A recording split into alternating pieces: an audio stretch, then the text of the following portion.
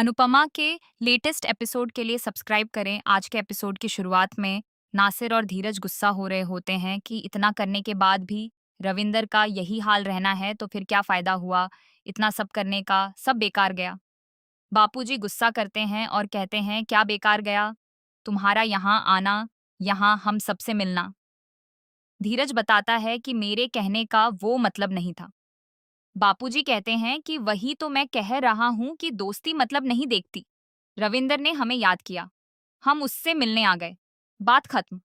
अनुपमा कहती है कि मन नहीं मान रहा, जैसे बीजी को यकीन है कि उनका बेटा कभी सुधर नहीं सकता और अंकल जी का मन ये मानने को तैयार नहीं है कि कोई बीजी का दिल दुखाए या उन्हें मना करे। अनुपमा कहती है कि माँ बाप पूरी दुनिया जीत कर आते हैं लेकिन अपने बच्चों के आगे हमेशा हार जाते हैं। अनुपमा आगे कहती है कि अब हम क्या कर सकते हैं, वो अर्जुन और टीना सुधरेंगे तो नहीं लेकिन उन पर थोड़ा तो असर होगा।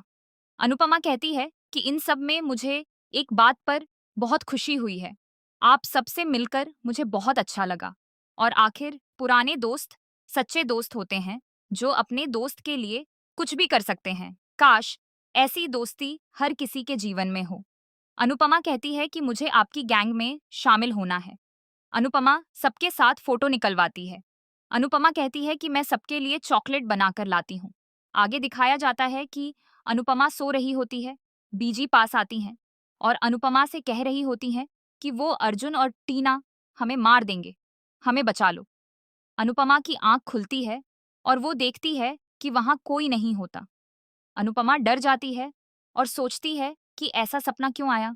अगली सुबह अर्जुन और टीना रविंदर और बीजी के पास कुछ डॉक्यूमेंट्स लेकर आते हैं।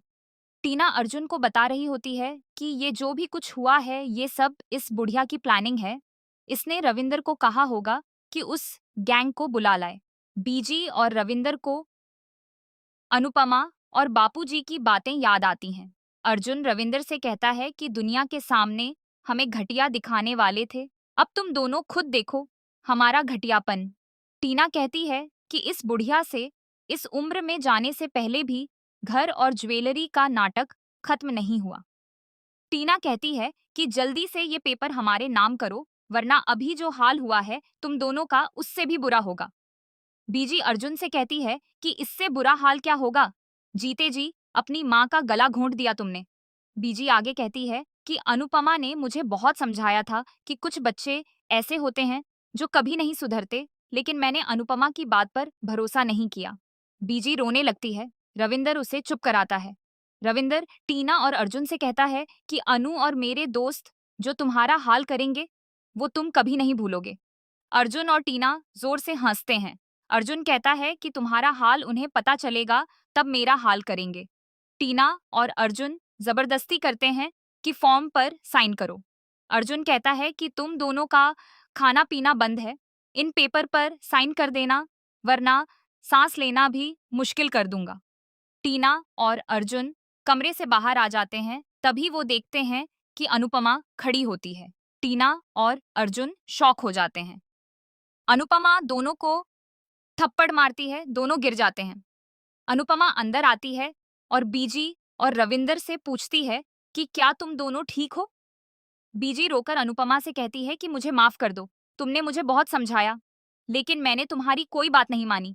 तुमने कहा था कि ये कभी नहीं सुधरेंगे लेकिन मैंने तुम्हें गलत समझा।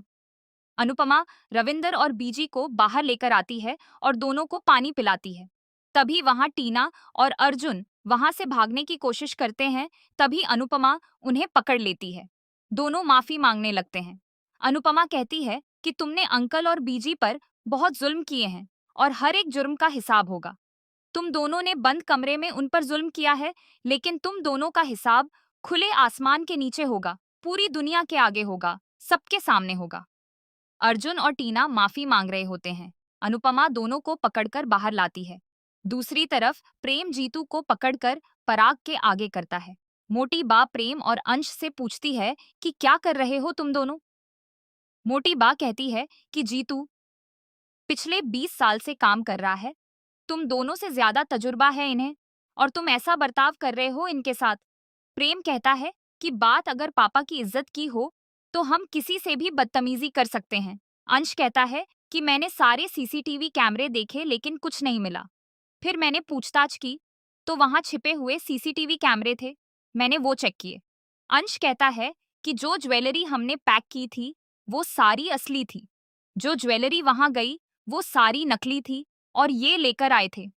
सबको जीतू पर शक होने लगता है। पराग जीतू से पूछता है कि क्या ये सच है। पराग कहता है कि मैं तुम पर अनिल जितना भरोसा करता हूँ, सच सच बताओ। जीतू गौतम की तरफ देख रहा होता है। राही को गौतम पर शक होता है। राही जीतू से कहती है कि तुम्हें डरने की जरूरत नहीं है, हम तुम्हारे साथ हैं। गौतम जीतू से कहता है कि किसी का भी नाम लेने से पहले कान खोलकर सुन लो, इस घर में सिर्फ सच चलेगा।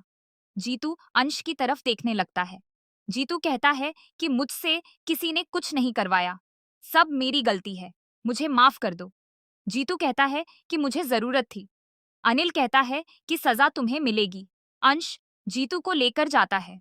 गौतम पराग से कहता है कि मेरे होते हुए ऐसा कभी नहीं हुआ, लेकिन जब से आपने अंश को ये जिम्मेदारी दी है तो ये सब हो रहा है।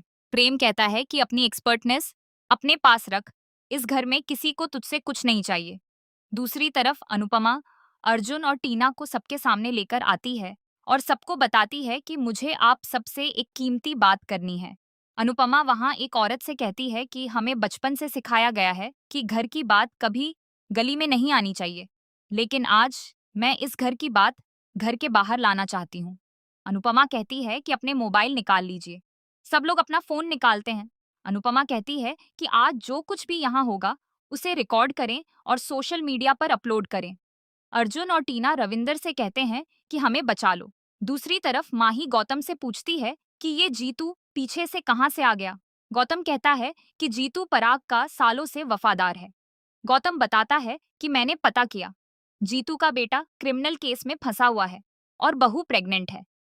पराग गैर कानूनी काम के लिए पैसे नहीं देते, तो मैंने उसके बेटे को बाहर निकलने में उसकी मदद की। माही कहती है तभी जीतू ने अपना इल्जाम अपने सिर ले लिया। दूसरी तरफ अनुपमा सबको बताती है कि ये दोनों इतने बेकार निकम्मी औलाद हैं जो अपने माँ बाप पर जुल्म करते हैं।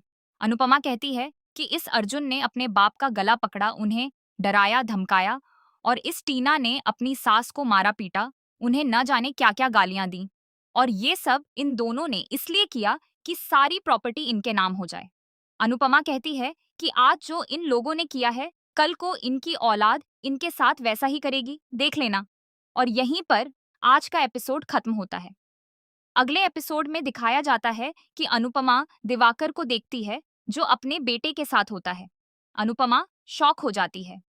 दूसरी तरफ लीला पाखी से कहती है कि दिवाकर नहीं आएगा। पाखी कहती है देख लेना।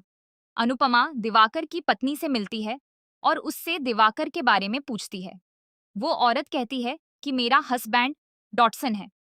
अगर आपको हमारी ये वीडियो पसंद आई हो तो हमारे चैनल को सब्सक्राइब करें। धन्यवाद।